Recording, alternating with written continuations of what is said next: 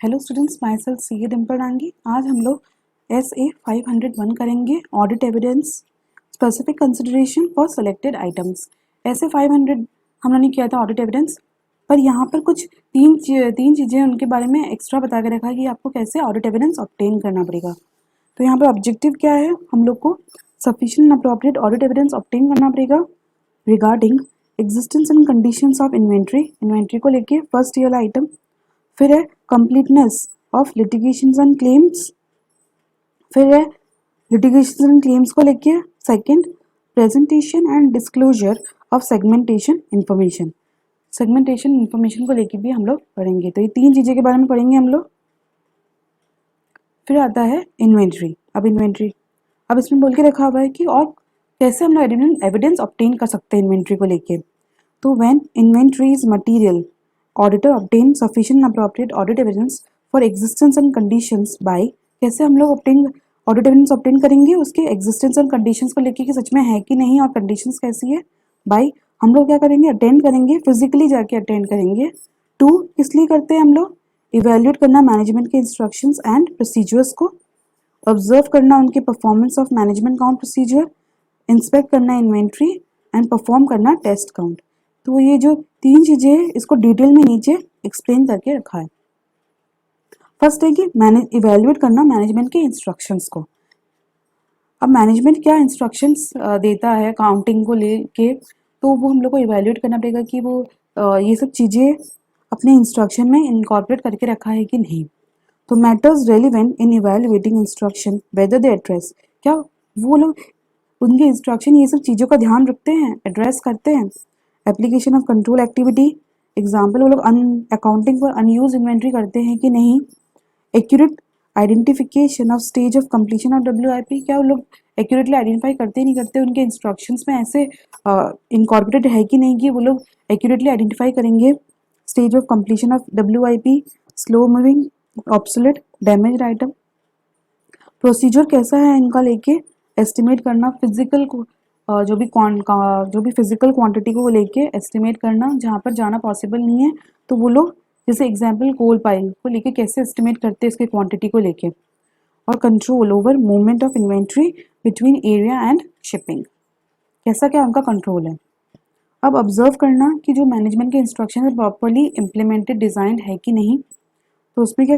Auditor क्या करेगा, control over movement of, वो देखेगा कि जो भी कंट्रोल है मूवमेंट को लेके of inventory before during and after count, वो कैसा क्या उनका कंट्रोल है जिससे असिस्ट करेगा ऑडिटर को, क्या हेल्प मिलेगी आइडेंटिफाई ऑब्टेन करने में ऑडिट एविडेंस दैट मैनेजमेंट के जो भी इंस्ट्रक्शंस है काउंट प्रोसीजर है वो designed appropriately design and implemented है, कि हाँ ये जो इन्होंने जो इंस्ट्रक्शंस वगैरह दिए प्रॉपरली इम्प्लीमेंट हो रहे हैं। वो क्या कर सकता है, परफॉर्म भी कर सकता है टेस्ट काउंट को। इसका मतलब कि वो अकाउंटिंग रिकॉर्ड्स लेगा, उसमें से किसी आइटम को सेलेक्ट करेगा और वो जाके देखेगा सच में गोडाउन में है कि नहीं वो आइटम। वाइस वर्सा भी कर सकता है, गोडाउन में जाके कोई आइटम को दिखेगा और वो आके दिखेगा कि रिकॉर्ड्स में वो आइटम है कि नहीं। तो उससे उसको क्या पता चलेगा, परफॉर्म करने से टेस्ट काउंट को completeness and accuracy of records के बारे में उसको पता चल जाएगा। फिर आता है कि attendance eight physical inventory counting involve, वो अटेंड करेगा जब फिजिकल इन्वेंट्री काउंटिंग, तो वो क्या क्या चीज़ें करेगा। फर्स्ट है इंस्पेक्टिंग करने से उसको क्या पता चलेगा, एग्जिस्टेंस कंडीशंस के बारे में पता चलेगी इन्वेंट्री की, और वो टेस्ट काउंट भी कर सकता है। ऑब्जर्व करेगा कि कंप्लायंस हो रहा है नहीं हो रहा मैनेजमेंट के इंस्ट्रक्शंस को लेके। ऑब्टेन करेगा audit evidence, reliability of management count procedure, कितना उनका काउंट प्रोसीजर कितना रिलायबल है उसको उससे पता चलेगा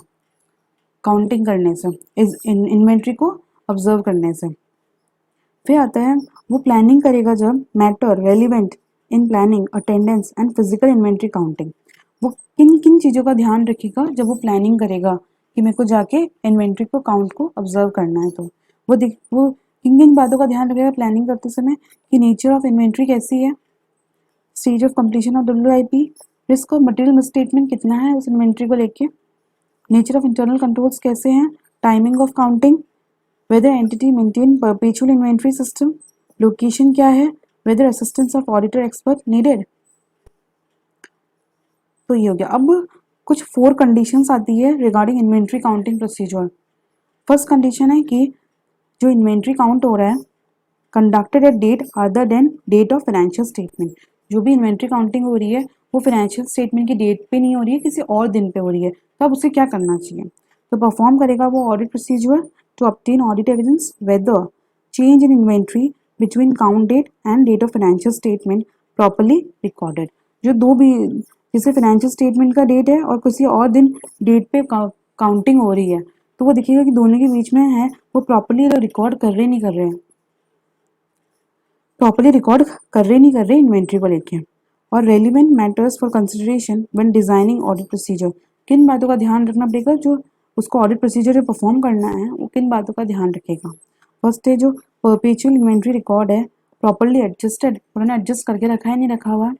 और रिलायबल कितना है उन लोग का एंटिटी का PIR perpetual inventory record system, जो भी उनका कितना उनका रिलायबल है।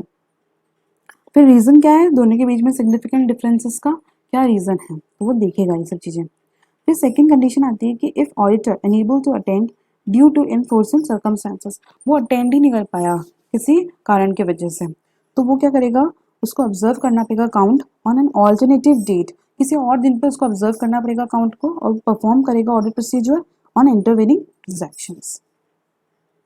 इफ अटेंडेंस, अगर ऐसा नहीं है कि वो अटेंड कर नहीं कर पाया किसी चीज के लिए, पर अटेंडेंस करना ही इम्पॉसिबल है, अगर इम्प्रैक्टिकेबल है। इम्प्रैक्टिकल क्यों हो सकता है? Due to nature and location. Example की पेट्रोल ले ले, उसका नेचर ही ऐसा है, और लोकेशन जहाँ कौन सा लोकेशन है जो कि थ्रेट करता है to safety of the auditor. पर ऐसा नहीं है कि the matter of general inconvenience, अरे यार बहुत टाइम लगेगा ये वो करके वो ऐसे किसी ऐसा नहीं बोल सकता है वो कि मैं अटेंड नहीं करूंगा। Not a sufficient to support decision by auditor that attendance is impractical, वो उसको इम्प्रैक्टिकल नहीं बोल सकता है। ऐसे 200 बोल के रखा है कि अगर डिफिकल्टी टाइम एंड कॉस्ट ये तीन की वजह से अगर आप अटेंड नहीं कर पा रहे तो ये कोई वैलिड बेसिस नहीं है कि आप ओमिट करो किसी ऑडिट प्रोसीजर को, फॉर विच कोई सा ऑडिट प्रोसीजर ओमिट करो कोई ऑडिट प्रोसीजर को जहाँ पर कोई ऑल्टरनेटिव ही नहीं है अवेलेबल, और आप ओमिट कर रहे हो ये तीन चीज़ों को बोल के कि बहुत डिफिकल्ट है, टाइम एंड कॉस्ट है, और कोई ऑडिट प्रोसीजर ऑल्टरनेटिव भी नहीं है, और आपको सेटिस्फाई होना पड़ रहा है कोई ऑडिट एविडेंस से जो कि लेस परसुएसिव है, कोई ठोस नहीं है सबूत, और आप उससे सेटिस्फाई हो रहे हो। वेर अटेंडेंस, और सच में अगर अटेंडेंस क्या है इम्प्रैक्टिकेबल, सच में अटेंड करना पॉसिबल नहीं है अगर, तो उसको क्या करना चाहिए, ऑल्टरनेट ऑडिट प्रोसीजर परफॉर्म करना चाहिए जो कि प्रोवाइड करे और सफिशिएंट अप्रोप्रिएट ऑडिट एविडेंसेस उसके एग्जिस्टेंस एंड कंडीशंस को लेके। तो आप ऑल्टरनेट ऑडिट प्रोसीजर परफॉर्म करो, अगर ऑल्टरनेट ऑडिट प्रोसीजर परफॉर्म करना भी पॉसिबल नहीं है और सफिशिएंट अप्रोप्रिएट ऑडिट एविडेंस मेरे को ऑब्टेन नहीं हो रहा है, मतलब मेरे को सफिशिएंट अप्रोप्रिएट ऑडिट एविडेंस नहीं मिल रहा है ऑल्टरनेट ऑडिट प्रोसीजर करने से, तो मैं ऐसे 700 ने क्या बोला है कि आप क्या करो, मॉडिफाई कर दो रिपोर्ट को, as a limitation on scope डाल के आप मॉडिफाई कर सकते हो। फिर आता है कि इन्वेंट्री क्या है, किसी थर्ड पार्टी के पास पड़ी हुई इन्वेंट्री, तो अब आप क्या करोगे, मुझे चाहिए कि मेरे को सफिशिएंट अप्रोप्रिएट ऑडिट एविडेंस चाहिए regarding its existence and conditions को लेके, तो मुझे क्या करना चाहिए, मैं क्या करूँगी, थर्ड पार्टी के पास एक रिक्वेस्ट करूँगी कि आप प्लीज़ कन्फर्म कर दो उसकी क्वांटिटी एंड कंडीशंस को लेके, और परफॉर्म करूँगी इंस्पेक्शन, मैं खुद जाके भी इंस्पेक्ट कर सकती हूँ। फिर आता है कि where information raise doubt about integrity and objectivity of third party auditor consider other audit procedure in addition to confirmation। अब मुझे लगता है कि इसमें सामने वाला है कि मैं उस पर विश्वास नहीं कर पा रही कि वो मेरे को सही बताएगा, तो मेरे को इन एडिशन टू कन्फर्मेशन मुझे कोई अदर ऑडिट प्रोसीजर भी परफॉर्म करने पड़ सकते हैं। वो कौन कौन सा ऑडिट प्रोसीजर है? फर्स्ट है मैं क्या कर सकती हूँ, अटेंड कर सकती हूँ वहाँ जाके, या किसी दूसरे ऑडिटर को भेज सकते हैं हम लोग कि तुम जाके अटेंड करके आ जाना। मैं क्या करूँगी, दूसरे ऑडिटर का ऑडिट रिपोर्ट लूँगी, उसको देखूँगी कि थर्ड पार्टी के इंटरनल कंट्रोल्स कैसे हैं, इंस्पेक्ट करूँगी documentation, example warehousing receipts को भी चेक कर सकती हूँ। Requesting confirmation from other parties, मैं रिक्वेस्ट भी कर सकती हूँ दूसरे पार्टीज के जहाँ पर हम लोग ने अपना इन्वेंट्री को प्लेज या फिर कोलेट्रल रखा है, गिरवी रखा है मतलब। फिर आता है लिटिगेशंस एंड क्लेम्स। अब लिटिगेशंस एंड क्लेम्स कितने हैं, कैसे क्या है, तो कैसे ऑडिटर आइडेंटिफाई करेगा, कौन सा ऑडिट प्रोसीजर लगाएगा वो, audit procedure to identify litigations and claims, कैसे पता चलेगा कौन कौन से लिटिगेशंस एंड क्लेम्स है। फर्स्ट वो क्या करेगा, इंक्वायर करेगा विद द मैनेजमेंट या फिर इन हाउस लीगल काउंसिल के साथ, रिव्यू करेगा वो minutes of the meeting of TCWG and correspondence between entity and external legal council,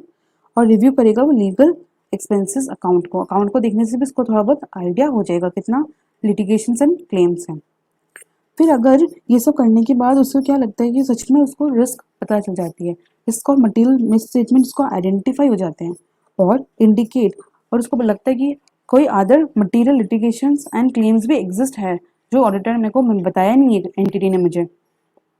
तो ऑडिटर क्या करेगा, auditor shall in addition to procedure required by other SAs seek direct communication with external legal counsel, वो external legal counsel से direct communicate करेगा through letter of inquiry के through मतलब connect करेगा उससे। इफ लॉज एंड रेगुलेशन, अगर laws and regulation prohibit करता है लीगल काउंसिल को कि तुम डायरेक्टली एक किसी ऑडिटर से बात नहीं कर सकते हो, अगर लीगल काउंसिल पे ऐसा कुछ है तो ऑडिटर क्या करेगा, ऑल्टरनेट ऑडिट प्रोसीजर परफॉर्म करेगा। अगर उसको लगता है ऑडिटर को if unlikely that external council जो सामने वाला है वो रिस्पॉन्ड नहीं करेगा, मुझे लगता है कि वो सच में रिस्पॉन्ड नहीं करेगा to the general letter of inquiry, तो मैं क्या करूँगी as an auditor seek direct communication through letter of specific inquiry, मुझे लेटर ऑफ स्पेसिफिक इंक्वायरी देना पड़ेगा।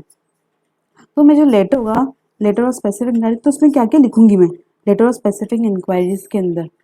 तो ये चीज़ें बता के रखी है। मैं क्या करूँगी, list of litigations and claims बताऊंगी उस एक्सटर्नल काउंसिल को कि मैनेजमेंट ने मुझे ये सब चीज़ें बताई है, इतने इतने लिटिगेशंस एंड क्लेम्स है एंटिटी के अंदर, और मैनेजमेंट का क्या असेसमेंट है उसके आउटकम को लेके, अगर हारना है अगर उनको लग रहा है कि हम लोग हार जाएंगे तो कॉस्ट कितनी इन्वॉल्व है,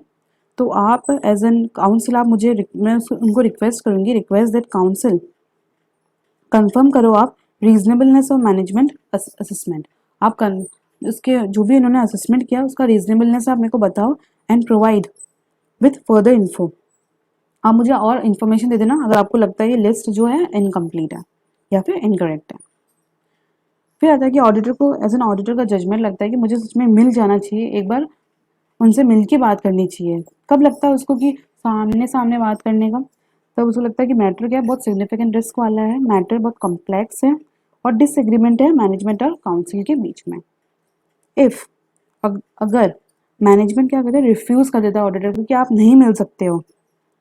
आप काउंसिल के साथ कम्युनिकेट नहीं कर सकते हो, या काउंसिल रिफ्यूजेस, काउंसिल मना कर देता है या प्रोहिबिटेड फ्रॉम रिस्पॉन्डिंग, वो रिस्पॉन्ड ही नहीं कर रहा है, और प्लस ऑडिटर क्या है उसको सफिशिएंट अप्रोप्रिएट ऑडिट एविडेंस मिला ही नहीं by performing alternate audit procedure, तो उसको क्या करना है, ऐसे 705 बोलता है कि आप क्या करो, मॉडिफाई कर दो ओपिनियन को। फिर आता है कि सेगमेंट इन्फॉर्मेशन, अब कौन कौन से सेगमेंट को रिपोर्ट करना है, कितने को डिस्क्लोज करना है, तो इसके बारे में बता के रखा हुआ है यहाँ पर। ऑब्टेन करना पड़ेगा sufficient appropriate audit evidence for presentation and disclosure of segmentation information by, मैं कैसे ऑब्टेन करूंगी audit evidence regarding the presentation and disclosure, क्या होना चाहिए, मैं क्या करूंगी, अंडरस्टैंड करूंगी of the methods to determine segment information, क्या एंटिटी मेथड यूज कर रही है किसी सेगमेंट को आइडेंटिफाई करने के लिए, एंड वेदर मेथड लाइकली, और वो मेथड अप्लाई करने के बाद कोई है क्या जहाँ पर डिस्क्लोजर जरूरी है as per FRF financial reporting framework के अकॉर्डिंग, कुछ डिस्क्लोजर तो नहीं करना है मेरे को, और वो क्या करेंगे, परफॉर्मेंस एनालिटिकल प्रोसीजर भी परफॉर्म करेंगे। फिर आता है example of matter relevant when obtaining understanding of methods and whether result and disclosure, कौन कौन से एग्जाम्पल्स मैटर को मेरे को ध्यान रखना पड़ेगा जब मैं पता करूँगी कि मेथड के बारे में अंडरस्टैंड करेंगे, कौन से मेथड अप्लाई करते हैं वो लोग किसी सेगमेंट को आइडेंटिफाई करने के लिए कि हाँ वो उसको डिस्क्लोज करना है, और वेदर, और क्या वो मेथड यूज़ करने के बाद क्या उसको डिस्क्लोज करना पड़ेगा उस सेगमेंट को फाइनेंशियल स्टेटमेंट में, आर कैसे क्या सेल ट्रांसफर बिटवीन सेगमेंट्स हो रहे हैं, and elimination of inter segment amounts, comparison with the budgets, example operating profit as percentage of sales, allocation of दो सब सेगमेंट की एलोकेशन कैसे है सब सेगमेंट के बीच में एसेट्स एंड कॉस्ट को लेके, and consistency with prior period, तो ये पूरा कंप्लीट होता है। Audit evidences specific consideration for selected items, 3 item थे selected, inventory, litigation and claim and segment information, and अब फुल नोट्स आप एक बार चेक कर लेना, ठीक है, कंप्लीट होता है, एंड थैंक यू।